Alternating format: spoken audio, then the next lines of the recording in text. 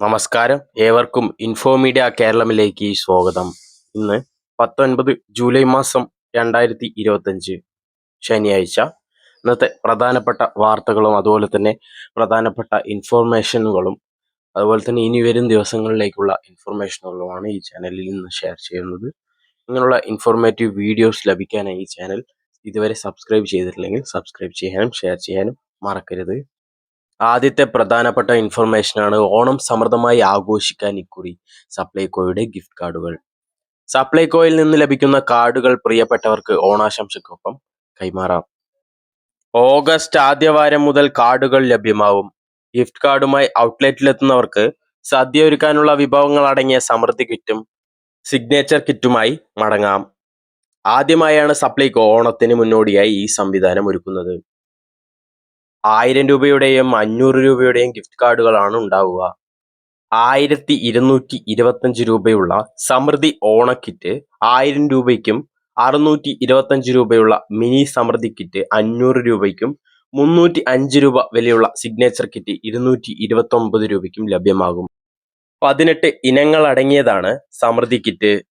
5 kilogram അരി, 1 kilo പഞ്ചസാര, തുവരപ്പരിപ്പ്, ചെറുപയർ പരിപ്പ്, കടുക്, ജീരകം, മഞ്ഞൾപ്പൊടി, പുട്ടുപൊടി, മിൽമ നെയ്യ്, പായസം മിക്സ്, മല്ലിപ്പൊടി, സാമ്പാർ പൊടി, ആട്ട, ശർക്കര, ചായപ്പൊടി, കടല, മാങ്ങ അച്ചാർ, ഉലുവ എന്നിവയാണ് കിറ്റിലുണ്ടാവുക.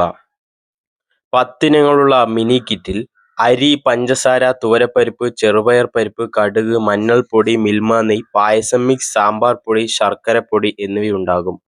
ശബരി ഉൽപ്പന്നങ്ങളായ മുളക് പൊടി, മല്ലിപ്പൊടി, മഞ്ഞൾപ്പൊടി, സാമ്പാർ പൊടി, രസം പൊടി, ഉലുവ, കടുക്, പാലട, പുട്ടുപൊടി എന്നീ 9 ഇനങ്ങളാണ് സിഗ്നേച്ചർ കിറ്റിലുണ്ടാവുക.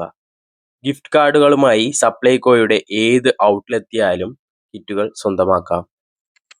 അടുത്ത പ്രധാനപ്പെട്ട വാർത്തയാണ് പ്രധാനമന്ത്രി ധൻധന്യ കാർഷിക പദ്ധതിക്ക് മോദി മന്ത്രിസഭ അംഗീകാരം നൽകി. ഏറെ പ്രതീക്ഷയോടെ കാത്തിരിക്കുന്ന പ്രധാനമന്ത്രി ധൻധന്യ കൃഷി യോജനയ്ക്ക് കേന്ദ്ര സർക്കാർ അംഗീകാരം നൽകിയിരിക്കുകയാണ്.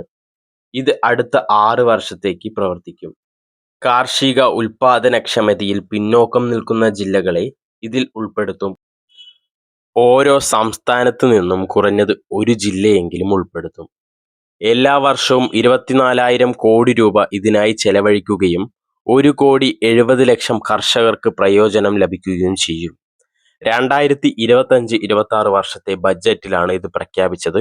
ബുധനാഴ്ച നടന്ന കേന്ദ്ര മന്ത്രിസഭാ യോഗത്തിന് ശേഷം കേന്ദ്രത്തിലെ 11 വകുപ്പുകളുടെയും സംസ്ഥാനങ്ങളുടെയും സ്വകാര്യ മേഖലകളുടെയും പദ്ധതികളുടെ പങ്കാളിത്തത്തോടെയാണ് ഇത് നടപ്പിലാക്കുന്നതെന്ന് വാർത്താ വിതരണ പ്രക്ഷേപണ മന്ത്രി അശ്വിനി വൈഷ്ണവ് പറഞ്ഞു.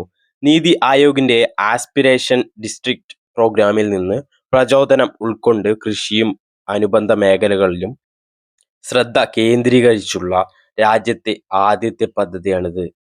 ഉൽപാദനക്ഷമത വർദ്ധിപ്പിക്കുന്നതോടൊപ്പം വിളവൈവിധ്യവൽക്കരണത്തിലേക്ക് കർഷകരെ പ്രേരിപ്പിക്കുക, വിളവെടുപ്പിന് ശേഷം പഞ്ചായത്ത് ബ്ലോക്ക് തലങ്ങളിൽ സംഭരണ ശേഷി വർദ്ധിപ്പിക്കുക, ജലസേചന സൗകര്യങ്ങൾ മെച്ചപ്പെടുത്തുക, കാർഷിക വായ്പകൾ എളുപ്പമാക്കുക എന്നിവയാണ് ഇതിന്റെ ലക്ഷ്യം.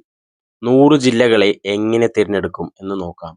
ഓരോ സംസ്ഥാനത്തു നിന്നും കുറഞ്ഞത് ഒരു ജില്ലയെങ്കിലും തിരഞ്ഞെടുക്കും. 3 പ്രധാന അടിസ്ഥാനത്തിലാണ് യോഗ്യതകളുള്ള ജില്ലയെ തിരഞ്ഞെടുക്കുന്നത്. ഏറ്റവും കുറഞ്ഞ കാർഷിക ഉൽപാദനക്ഷമത, കുറഞ്ഞ വായ്പാ വിതരണം, കുറഞ്ഞ വിളവ് തീവ്രത എന്നിവയുള്ള ജില്ലയെ മാത്രമേ പദ്ധതിയിൽ ഉൾപ്പെടുത്തൂ. ഓരോ സംസ്ഥാനത്തിലെയോ കേന്ദ്രഭരണ പ്രദേശങ്ങളിലെയോ ജില്ലകളുടെ എണ്ണം മൊത്തം വിളവ് പ്രദേശത്തിന്റെയും പ്രവർത്തന കൈവശത്തിന്റെയും വിഹിതത്തെ അടിസ്ഥാനമാക്കിയിരിക്കും. പദ്ധതിയുടെ വിലയിരുത്തലിനായി ഓരോ ജില്ലയുടെയും പുരോഗതി 117 സൂചകങ്ങളുടെ അടിസ്ഥാനത്തിൽ നിരീക്ഷിക്കുകയും കേന്ദ്ര സർക്കാർ ഒരു ഡാഷ്ബോർഡ് വഴി അന്തിമ നിരീക്ഷണം നടത്തുകയും ചെയ്യും. വ്യത്യസ്ത ജില്ലകളും വ്യത്യസ്ത പദ്ധതികളും ഓരോ ജില്ലയ്ക്കും പ്രത്യേകം പദ്ധതികൾ തയ്യാറാക്കും. ഫലപ്രദമായ നടത്തിപ്പും നിരീക്ഷണത്തിനുമായി ജില്ലാ, സംസ്ഥാന, ദേശീയ തലങ്ങളിൽ കമ്മിറ്റികൾ രൂപീകരിക്കും. അതിൽ പുരോഗമന കർഷകരെ അംഗങ്ങളാക്കും. ജില്ലാ ധന്യ കമ്മിറ്റിയാണ് ജില്ലാ കൃഷിയും അനുബന്ധ പ്രവർത്തനങ്ങളും അന്തിമമാക്കുന്നത്. വിളവൈവിധ്യവൽക്കരണം, ജല, മണ്ണ് ആരോഗ്യ സംരക്ഷണം, കൃഷിയിലും അനുബന്ധ മേഖലകളിലും സ്വയം പര്യാപ്തത, പ്രകൃതി ജൈവ കൃഷിയുടെ വ്യാപനം തുടങ്ങിയ ലക്ഷ്യങ്ങളുമായി ജില്ലാ പദ്ധതികൾ പൊരുത്തപ്പെടുന്നതായിരിക്കും. തിരഞ്ഞെടുത്ത ജില്ലയിലെ പദ്ധതിയുടെ പുരോഗതി പ്രതിമാസം ഒരു ഡാഷ്ബോർഡ് വഴി നിരീക്ഷിക്കും. ജില്ലാ പദ്ധതികൾ നീതി ആയോഗ് അവലോകനം ചെയ്യുകയും നയിക്കുകയും ചെയ്യും. എല്ലാ ജില്ലകളിലും നിയമിച്ചിരിക്കുന്ന കേന്ദ്ര നോഡൽ ഓഫീസർമാരും പതിവായി അവലോകനം നടത്തും. ഏറ്റവും പിന്നോക്കം നിൽക്കുന്ന ജില്ലകളെ മറ്റ് വികസിത ജില്ലകൾക്ക് തുല്യമായി ഉൽപാദന ക്ഷമതയിൽ എത്തിക്കുക എന്നതാണ് സർക്കാരിന്റെ ശ്രമം. ഉൽപാദനക്ഷമത വർദ്ധിച്ചാൽ രാജ്യത്തിന്റെ കാർഷിക ഉൽപാദനം വർദ്ധിക്കും. കർഷകരുടെ അവസ്ഥ മെച്ചപ്പെടും. കൃഷിയിലും അനുബന്ധ മേഖലകളിലും മൂല്യവർദ്ധനവ് ഉണ്ടാകും. പ്രാദേശിക തലത്തിൽ തൊഴിൽ വർദ്ധിക്കും. അടുത്ത ഒരു പ്രധാനപ്പെട്ട വാർത്തയാണ് പ്രധാനമന്ത്രി കിസാൻ സമ്മാൻ നിധിയുടെ 20ാം ഗഡു വിതരണം ചെയ്യുന്നതിനായി കർഷകർ കാത്തിരിക്കേണ്ടി വരും. കാരണം ബീഹാറിലെത്തിയ പ്രധാനമന്ത്രി നരേന്ദ്രമോദി 20ാം ഗഡു സംബന്ധിച്ച് ഒരു പ്രഖ്യാപനവും നടത്തിയിരുന്നില്ല. അദ്ദേഹം ബീഹാറിൽ പര്യടനത്തിലായിരുന്നു. ഗഡു സംബന്ധിച്ച് പ്രഖ്യാപനം നടത്തുമെന്ന് കർഷകർ ഏറെ പ്രതീക്ഷിച്ചിരുന്നു. പക്ഷെ അത് സംഭവിച്ചില്ല. ഇനി കർഷകർക്ക് കൂടുതൽ കാത്തിരിക്കേണ്ടി വരും.